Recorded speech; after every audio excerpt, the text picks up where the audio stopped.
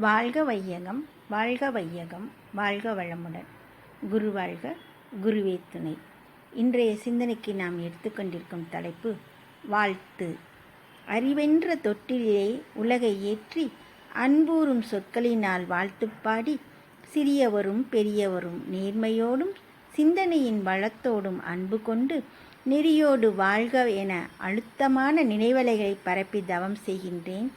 பொறி புலன்களை ஒடுக்கி அருள் பூரிப்பால் பொங்கி வரும் நல்வாழ்த்தால் உலகு உய்யட்டும்.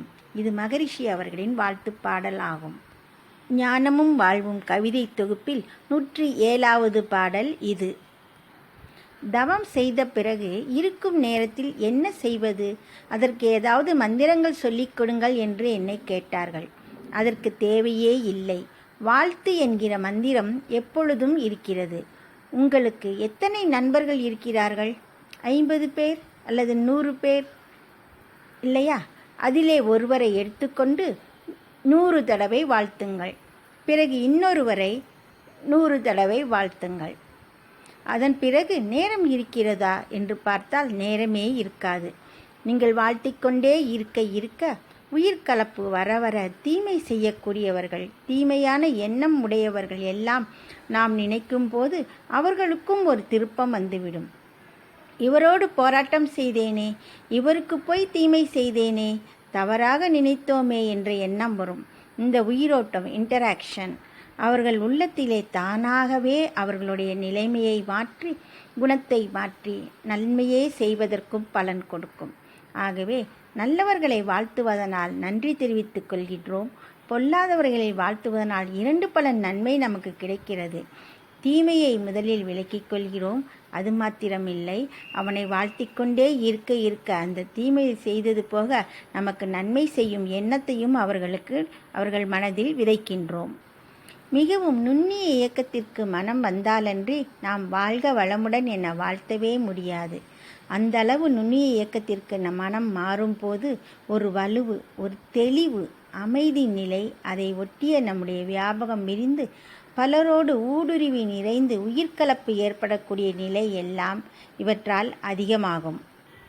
வாழ்க்கை நல சங்கல்பமாக மகரிஷி அவர்கள் உடல் நலம், அறிவு, உயர்ப்புகள், செல்வம், கடமை இவற்றில் யான் கருத்தோடு உயர்வேன், வாழ்வேன் வளமுடன் வாழ்நாள் வரைக்கும், வாழ பிறரையும் வாழ்த்தி வாழ்ந்திடுவேன் என்று கூறியுள்ளார். தினந்தோறும் காலையில் எழுந்தவுடன் வாழ்க வையகம், வாழ்க வையகம், வாழ்க வளமுடன் என 18 முறை கூறுமாறு மகரிஷி அவர்கள் நம்மை வேண்டி கேட்டுக்கொண்டுள்ளார். தவம் முடிந்த பிறகு வாழ்த்துகிறோம். தவத்தில் இருக்கும் போதே நாம் சாதாரணமான நுண்ணிய நிலையில் ஆல்பா வேவுக்கு வந்துவிடுகிறோம். அந்த நிலையில் நுண்ணிய செல்கள் எல்லாம் மூளையின் இயக்கத்திற்கு வந்துவிடும். அந்த இடத்தோடு அங்கே இருந்து அந்த அலையை நாம் வீசுகிறோம். வாழ்க வளமுடன் என்ற அந்த எண்ணத்திற்கு வலுவு அதிகம். அப்படி வாழ்த்தி எப்பேற்பட்டவர்களையும் கூட நண்பர்களாக மாற்றிவிட முடியும். அவர்களுடைய செயல்களை திருத்திவிட முடியும். எண்ணங்களை எல்லாம் ஒழுங்குபடுத்திவிட முடியும். நல்லவர்களாக மாற்றிவிட முடியும். வாழ்த்து என்பது பிறர் நலமாக வாழ வேண்டும் என்ற கருத்தோடு எழும்போர் ஒளி ஆகும்.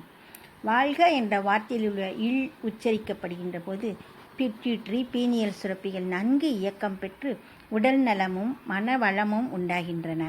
வாழ்க வளமுடன் என்ற வாழ்த்து வார்த்தை நமது மகரிஷி அவர்களின் எண்ணத்தில் தோன்றிய ஆண்டு 1964 ஆகும். வாழ்த்தின் மூலம் சினம் அடிக்கடி வருவதை நாம் தவிர்த்து விடலாம். பகைவர்களையும் நண்பர்களாக மாற்றிவிடலாம். நமது உடலும் மனமும் நலமாக இருக்க வேண்டும் என்பதனால்தான் நம்மையே நாம் வாழ்த்திக் கொள்கிறோம். வாழ்க்கை துணையை வாழ்த்துவதால் இருவருடைய உள்ள மனவேற்றுமை வேறுபட்டு தீர்வாகி மன ஒற்றுமை ஏற்பட்டு குடும்ப அமைதி ஏற்படுகிறது. குழந்தைகள், உடன் பிறந்தோர், உறவினர்கள், நண்பர்களை வாழ்த்துவதால் அவர்களுடன் இனிய நட்புறவு ஏற்பட்டு கடமையில் இணைந்தோரை வாழ்த்துவதால் நட்பு நலம், தொழில் வளம் ஏற்படுகிறது. உலகிலுள்ள அனைத்து உயிர்களையும் வாழ்த்தும் போது சமுதாய வினைப்பதிவு நீங்கி பிரபஞ்ச களம் தூய்மை அடைகிறது. மக்கள் அனைவரும் நலம் பெறுகின்றனர். வாழ்க இவ்வுலகில் வாழ் மக்களெல்லாம், வாழ்க வாழ்க இவ்வையகம் வாழ்க, வாழ்க அறநெறி, வாழ்க மெய்ஞானம், வாழ்க வையகம், வாழ்க வையகம், வாழ்க வளமுடன்.